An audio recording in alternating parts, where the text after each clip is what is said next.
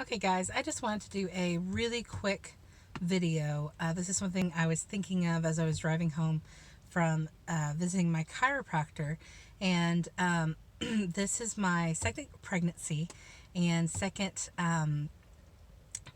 birth that I will have hopefully with midwife. And I just wanted to talk about like my top 5 tips if you're wanting to do a natural birth and you are like me and there may be extenuating factors that you feel like contribute to you not getting that. First of all, I'm overweight. I think I'd be considered obese. And then secondly, I am over 35, so I'm considered a geriatric pregnancy. So those two factors, if I saw a regular care provider in a hospital or an obstetrician, more than likely would put me at a 30% to 40% chance of these are the statistics I've read for just plus size pregnancy, let alone a geriatric pregnancy. So those statistics, 30 to 40% chance of a C-section or a scheduled C-section.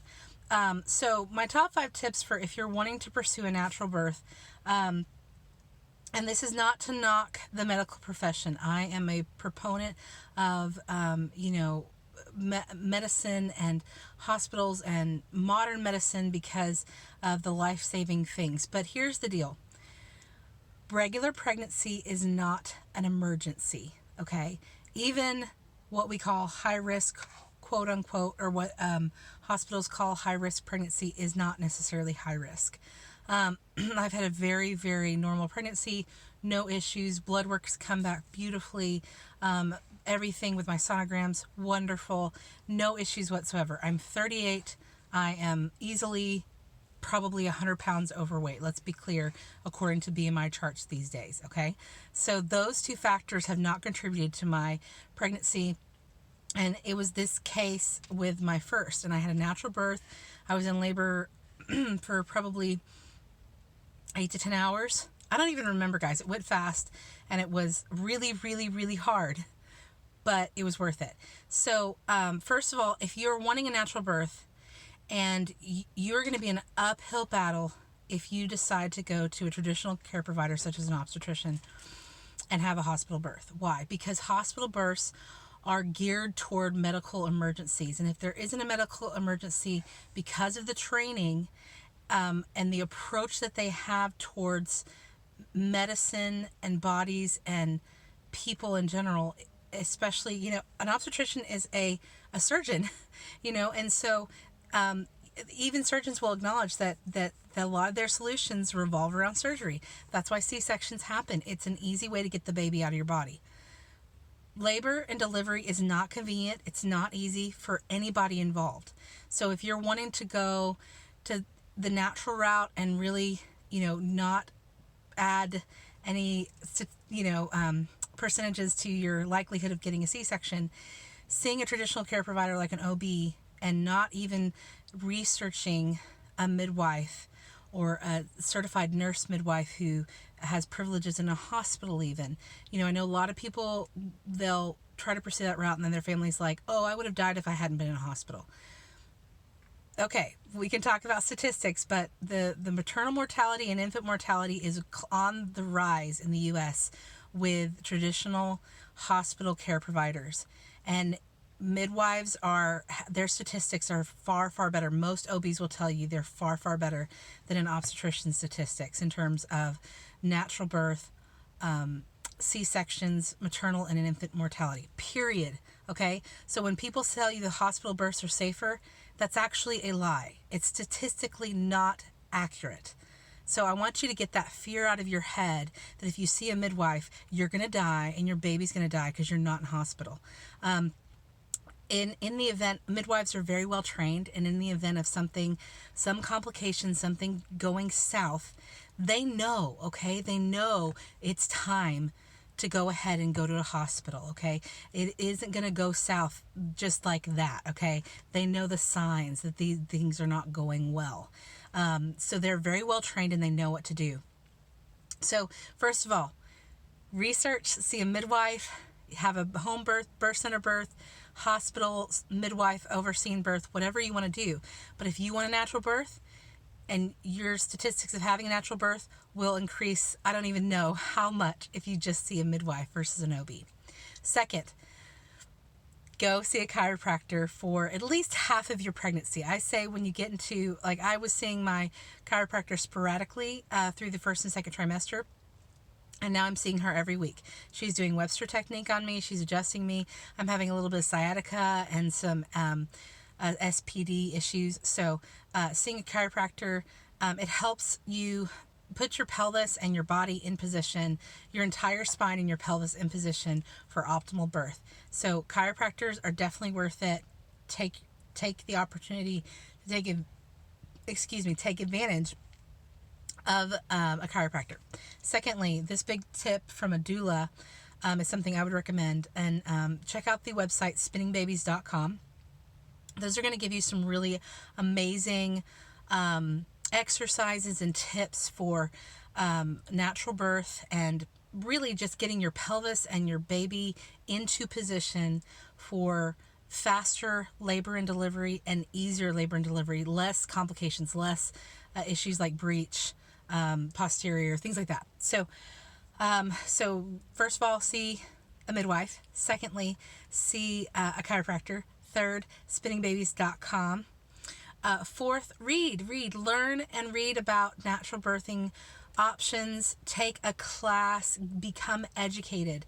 Do not just take everything at face value and hear everybody else's opinions. You need to research and know your body and trust your body. Women are designed to give birth. They open up and they birth babies. This is what we do. This is what our bodies were designed for.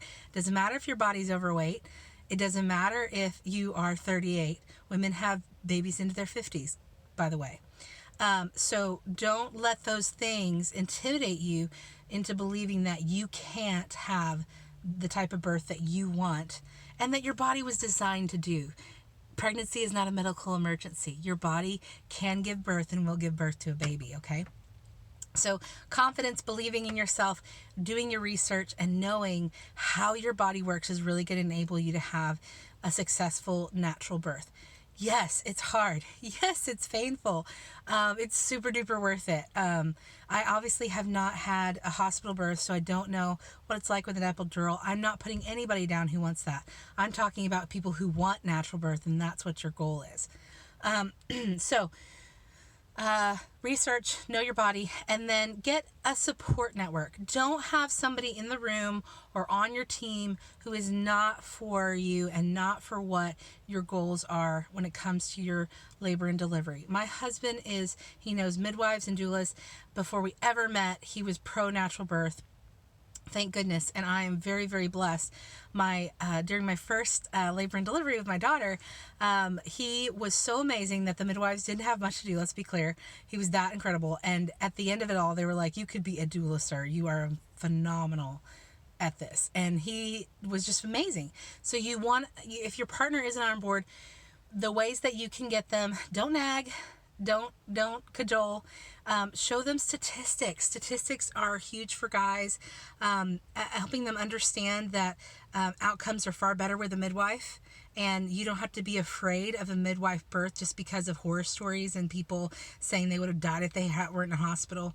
Those are not accurate statistics. The statistics of you being likely to die during childbirth are far higher in a hospital. Period. Trust me, okay? You can look at the stats all day long. In America, this is where we're at right now. So if your partner is afraid of, if that's the big thing, the elephant in the room is you won't survive birth if we do natural and we go with a midwife, that's just not true, okay? So get them some statistics, throw them some articles to read. There's so many amazing documentaries that we watched when we got pregnant with our first. The Ricky Lake one, and I'm totally forgetting it. I'm sorry. But there's multiple documentaries that you can watch on Netflix, Amazon Prime, Hulu, whichever.